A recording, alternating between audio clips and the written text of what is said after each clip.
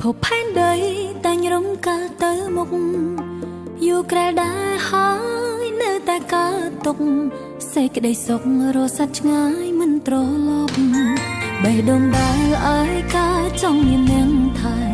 តែអារម្មណ៍រងចាំតែមនុស្សខ្លួនស្អប់ហើយអ្វីឆ្លោះគ្នា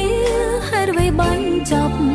ចិត្តមិនស្ងប់ព្រោះមិនដែលមានរូបគេពេលវេលាស្រ័យទាឲ្យត្រឡប់ក្រោយបែកគ្នាហើយជួបគ្នាវិញបានទេ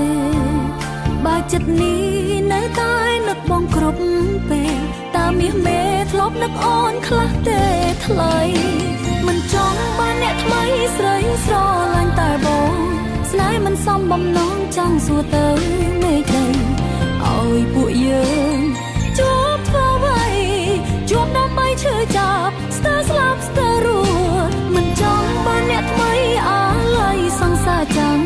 ស្រឡាញ់គ្នាខ្លាំងណាស់មិនគួរមានចំនួនពាក្យសង្សារ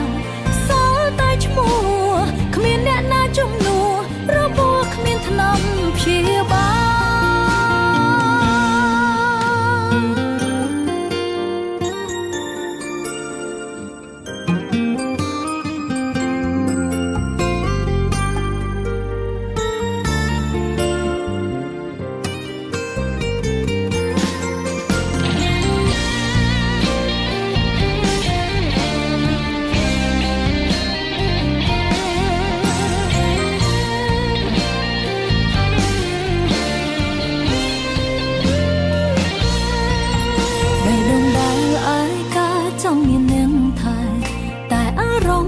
ចាំតែមនុស្សខ្លួនស្អប់ហើយអ្វីឆ្លោះគ្នាហើយអ្វីបាញ់ចាប់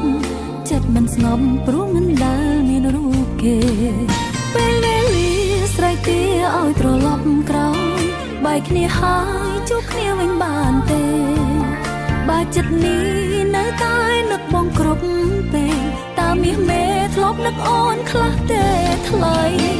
មិនចង់បានអ្នកថ្មីស្រីស្រឡាញ់តែបងស្នេហ៍មិនសមបំណងចង់សួរទៅមេឃដីឲ្យពួកយើង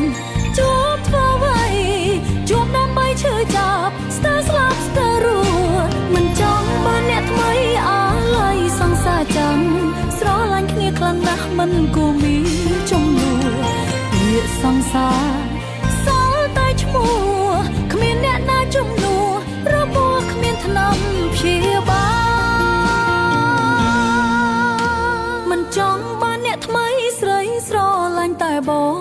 ស្នេហ៍មិនសមបំណងចង់សួរទៅមេឃដីឲ្យពួកយើងជួបធ្វើអ្វីជួបដើម្បីឈឺចាប់ស្ទើរស្លាប់ស្ទើររស់មិនចង់បានអ្នកថ្មីអាឡ័យសង្សារចាំង